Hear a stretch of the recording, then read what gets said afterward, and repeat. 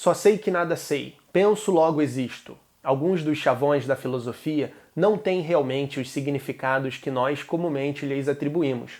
Outros sequer foram ditos por aqueles a quem nós os atribuímos. Por isso, eu selecionei 6 frases populares da filosofia de autores tão diversos quanto Sócrates, Maquiavel e Derrida para comentar neste vídeo e oferecer a minha interpretação do seu verdadeiro significado. No último caso, a gente vai ver que a própria noção de acesso ao significado, ao verdadeiro significado na linguagem, é uma questão mais complexa do que parece. Vamos ao primeiro. Só sei que nada sei é uma frase popularmente atribuída a Sócrates, também é conhecida como o paradoxo socrático, sendo uma das afirmações mais famosas da filosofia. Mesmo quem não estuda filosofia ou que ouviu muito pouco sobre filosofia, provavelmente tem mais chance de conhecer essa frase do que todas as outras que eu trouxe aqui. Sócrates, ele nunca escreveu nenhuma obra. Inclusive, ele rejeitava a obra escrita como se fosse uma ilusão, né, que passa uma aparência de sabedoria, quando, na verdade, a sabedoria ela está no diálogo, na articulação verbal. Como muitos sabem, dialogando com diversos interlocutores, pobres, ricos, à disposição de todos, Sócrates ofendia frequentemente essas pessoas por mostrar que elas não eram tão sábias quanto elas pensavam, confrontando as suas verdades sobre determinado tema, sendo eles os mais variados, como a noção de amor, a noção de justiça, a noção de piedade, e por meio desse engajamento dialético, de confrontação de teses diferentes sobre um determinado assunto, ele chegava a, ou pelo menos buscava chegar a um resultado universal e verdadeiro. No entanto, como muitos sabem, nas obras em que vemos a dialética socrática em ação, isto é, os diálogos de Platão, nós frequentemente não encontramos uma resposta definitiva, de modo que o diálogo termina em aporia, na impossibilidade de chegar a uma verdade. Porém, a frase "só sei que nada sei" nunca foi dita por Sócrates nem mesmo nas obras de Platão, e alguns acadêmicos contestam se isso não é, na verdade, uma interpretação errônea de Platão do pensamento socrático, uma vez que, em outros momentos, Sócrates afirma coisas que ele de fato sabe. Mas a parte na qual ele chega mais perto de fazer essa afirmação está na Apologia de Sócrates. Na seção 2.2 da Apologia de Sócrates, ele diz: "Concluí comigo mesmo que era mais sábio que aquele homem, neste sentido que nós ambos poderíamos não saber nada de bom nem de belo, mas aquele acreditava saber e não sabia. Eu, contrariamente, como não sabia, também não acreditava saber, e pareceu-me que, pelo menos numa pequena coisa, fosse mais sábio que ele." Mais à frente, ele vai dizer o seguinte: "Toda vez que discutia, as pessoas presentes acreditavam que eu fosse sábio naquelas coisas em que apenas descobria a ignorância dos demais." E ainda o seguinte: "Ainda hoje continuo procurando e investigando segundo a palavra do Deus se há algum entre os cidadãos ou estrangeiros que possa ser considerado sábio, e, como me parece que nenhum o seja, venho em ajuda ao Deus demonstrando que não existe nenhum sábio."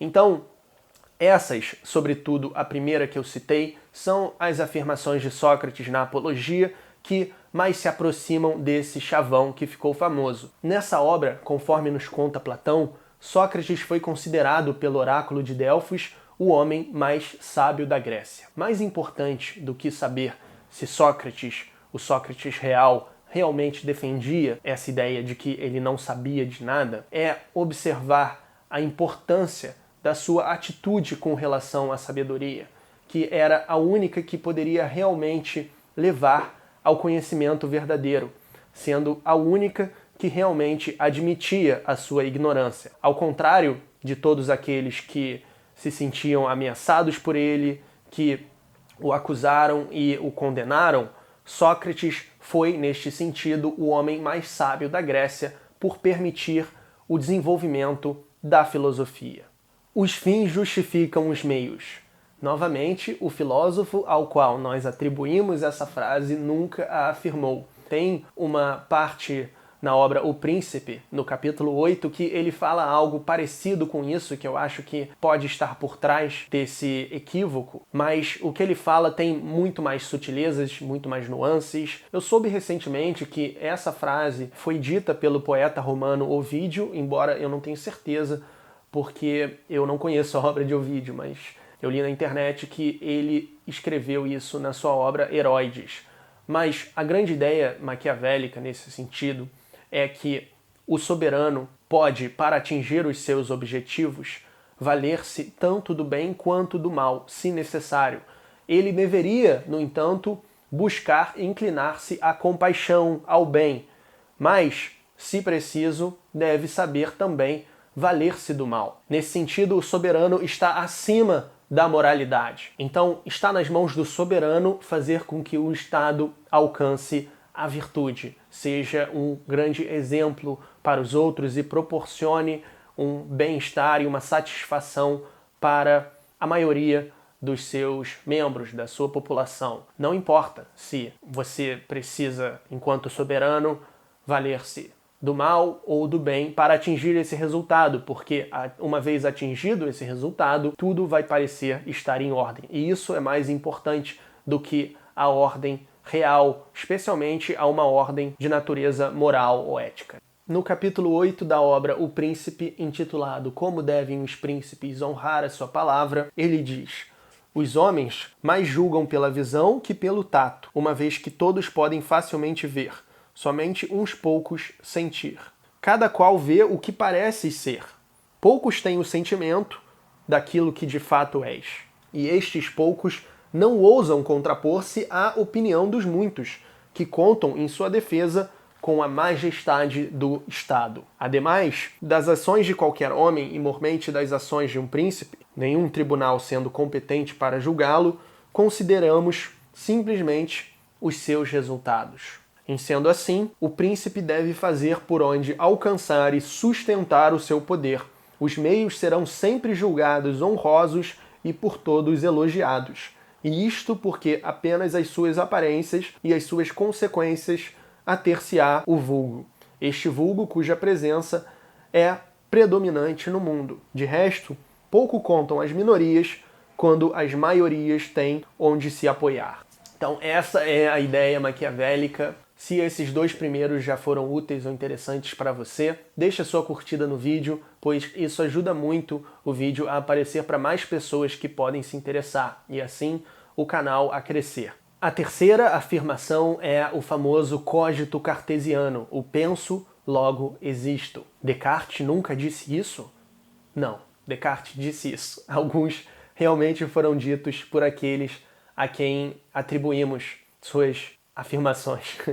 A afirmação aparece na quarta parte do discurso do método no seguinte trecho: considerando que os mesmos pensamentos que temos quando acordados também podem nos ocorrer quando dormimos, sem que então haja nenhum que seja verdadeiro, resolvi fingir que todas as coisas que alguma vez me haviam entrado no espírito não eram mais verdadeiras que as ilusões dos meus sonhos. Mas logo notei que, quando quis assim pensar que tudo era falso, era preciso necessariamente que eu, que o pensava, fosse alguma coisa. E observando que esta verdade, penso logo existo, era tão firme e tão segura que as mais extravagantes suposições dos céticos eram incapazes de a abalar, julguei que podia admiti-la sem escrúpulo como o primeiro princípio da filosofia que eu buscava. Mas o que essa afirmação realmente significa? Por mais que eu possa duvidar de tudo que eu testemunho, eu não posso duvidar da realidade do meu próprio pensamento, que é inclusive a realidade na qual eu duvido de todas essas coisas. Descartes não está provando que ele, Descartes, pessoa com órgãos, existe. Ele está provando que ele existe enquanto ser pensante, enquanto espírito, enquanto pensamento. E isso nos leva ao dualismo cartesiano, que para Descartes nós somos tanto espírito quanto matéria. E há uma sincronia entre os dois. Se você quer entender melhor o dualismo cartesiano e a filosofia de Descartes, eu te convido a assistir aos meus vídeos sobre ele. Aqui em cima no card você tem acesso ao primeiro. Vamos ao próximo da lista, que é a famosa, polêmica e mal interpretada afirmação de Friedrich Nietzsche: Deus está morto. Na Gaia Ciência, no famoso aforismo do insensato, Nietzsche não fala apenas que Deus está morto. O que ele diz é que Deus está morto e nós fomos os seus assassinos. Nós fomos assassinos entre assassinos. Nós matamos aquilo que era de maior valor até então e que, portanto, vai levar a uma das maiores, que ele diz que vai ser a maior crise que a humanidade já experimentou, já vivenciou. Então, o que ele está fazendo não é expressando uma celebração ateísta de que não temos mais que se preocupar com a moralidade cristã ou coisas assim, mas pelo contrário, ele está expressando uma preocupação muito profunda com o futuro da humanidade em um mundo onde aquilo que orientou toda a sua caminhada até então, pelo menos na tradição ocidental, foi solapado, assassinado, e ele diz ainda que pelas suas próprias mãos, porque a ciência moderna, de alguma forma, na interpretação nietzschiana, é fruto do cristianismo, né? A própria mentalidade do cristianismo foi a que mais à frente criou a ciência moderna. Mas, então, nesse mundo orientado para um positivismo, para um empirismo, para uma laicidade, onde que entra a moralidade, como que o ser humano encontra propósito e sentido para a sua vida, né? A proposta do Nietzsche vai ser que a gente é capaz de superar essa crise e sair mais forte do outro lado, né? De que o homem, como foi entendido até então em oposição a deuses ou Deus como algo inferior, menor, ele pode ser superado, ele pode e deve ser superado, dando lugar ao além do homem, que é uma noção cheia de ambiguidades e que se transforma também, e que eu não vou entrar em detalhes nesse vídeo, mas não é nada utópico, não tem o sentido de uma teleologia, mas sim de uma afirmação da vida, da experiência trágica da forma que ela realmente é, e não uma fraqueza, não um enfraquecimento do espírito, do potencial humano na Terra em prol de verdades, deuses e criações metafísicas que na prática não estão em lugar nenhum na sua realidade, da forma que você experimenta, pelo menos no entendimento do Nietzsche. Então eu vou ler aqui a afirmação, ela aparece em 2 momentos do aforismo, também vai aparecer no Zaratustra, mas essa é a grande fonte para essa ideia. A ideia é que tem um insensato que está com uma lanterna numa praça pública, onde as pessoas estão só preocupadas com as coisas mesquinhas do seu cotidiano, e ele quer alertar as pessoas para esse acontecimento terrível. "Para onde foi Deus?", exclamou. "É o que vou dizer. Nós o matamos, vocês e eu. Nós todos, nós somos seus assassinos." E mais à frente ele diz: "Os deuses também se decompõem. Deus morreu, Deus continua morto, e fomos nós que o matamos. Como havemos de nos consolar, nós, assassinos entre os assassinos?" Nietzsche foi um filósofo extremamente influente no pensamento do século XX, e o próximo pensador que deu origem ao próximo chavão dessa lista foi bastante influenciado por ele. Na sua doutrina chamada de existencialismo, ele defendia que a existência precede a essência. E, nesse caso, Jean-Paul Sartre, o autor em questão, realmente afirmou isso.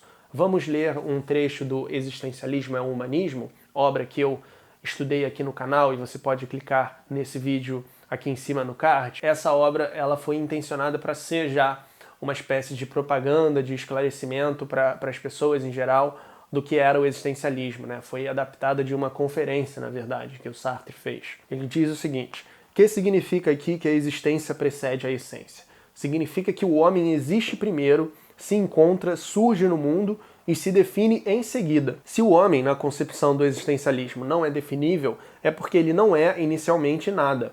Ele apenas será alguma coisa posteriormente, e será aquilo que ele se tornar. Assim não há natureza humana, pois não há um Deus para concebê-la. O homem é não apenas como é concebido, mas como ele se quer, e como se concebe a partir da existência, como se quer a partir desse elan de existir. O homem nada é além do que ele se faz. Esse é o primeiro princípio do existencialismo." Acho que o Sartre foi muito claro aqui, e ele tem uma forte influência da fenomenologia, do pensamento de Heidegger, de que o homem ele está aí, né? Ele é antes uma presença no mundo do que algo que tem uma essência bem definida. Ele escolhe, ele se autodetermina, ele vai fazendo sacrifícios e limitando as suas possibilidades de ser pela sua própria liberdade, ao contrário de todos os outros animais. Não há nada fora do texto. Essa afirmação está presente na obra Gramatologia do polêmico pensador franco-argelino Jacques Derrida. No francês, il n'a pas de hors texte. Isso pode ser traduzido, ou não pode ser traduzido, de acordo com o pensamento desse filósofo, também por não existe o fora-texto, aquilo que nós consideramos ser o objeto tangível ao qual nós estamos nos referindo por meio da linguagem. Derrida vai dizer que a linguagem ela é mais complexa do que parece e o acesso aos significados ele não é tão imediato quanto nós supomos. Aquela ideia de Sócrates, segundo a qual a filosofia é melhor na oralidade, no diálogo, na fala do que na escrita, Derrida vai inverter. Ele vai dizer que já está na fala, na oralidade, inscrita uma ilusão de que nós temos um acesso imediato às verdades, aos significados dos signos, né? O texto, por sua vez, ele vai permitir uma outra forma de abordar a linguagem, por meio da desconstrução, que, para Derrida, é um meio de ler e estudar os textos atentando para as suas dificuldades, complicações, contradições e impasses. E essa, em particular, é uma frase muito interessante para concluir o vídeo, uma vez que ela diz respeito à nossa própria relação com os significados das coisas por meio da linguagem. E para Derrida, a linguagem ela está sempre adiando os significados, ela está sempre levando para um próximo estágio aquilo que nós achamos que entendemos, né? De modo que um texto, por exemplo, é sempre incompleto, porque nós lemos um parágrafo, e aí nós lemos outro, e a gente vai entrando em contato com novos dados daquilo que já era um todo organizado para nós. E assim, esse fora-texto que ele se refere nunca é de fato atingido. E isso é uma característica muito interessante da linguagem que deve ser um meio de abordá-la, de acordo com este pensador. Ele vai ter um famoso conceito, né, uma palavra que ele forjou, que se chama différence, pode ser ou não pode ser traduzida como diferença, que diz respeito a isso, a esse adiamento, a adiar e a diferir os significados por meio do texto, por meio do desenvolvimento, da articulação da linguagem. Bom, eu espero que você tenha gostado. Todas as obras a que eu me referi nesse vídeo estão disponíveis para compra na descrição. E se você comprar através desses links, você vai estar ajudando o canal a crescer. Comente aí se você gostaria de ver mais um vídeo como esse, falando de outras frases. Clique aqui em cima para assistir a um vídeo que o YouTube selecionou do meu canal para você, baseado no seu gosto. Até a próxima!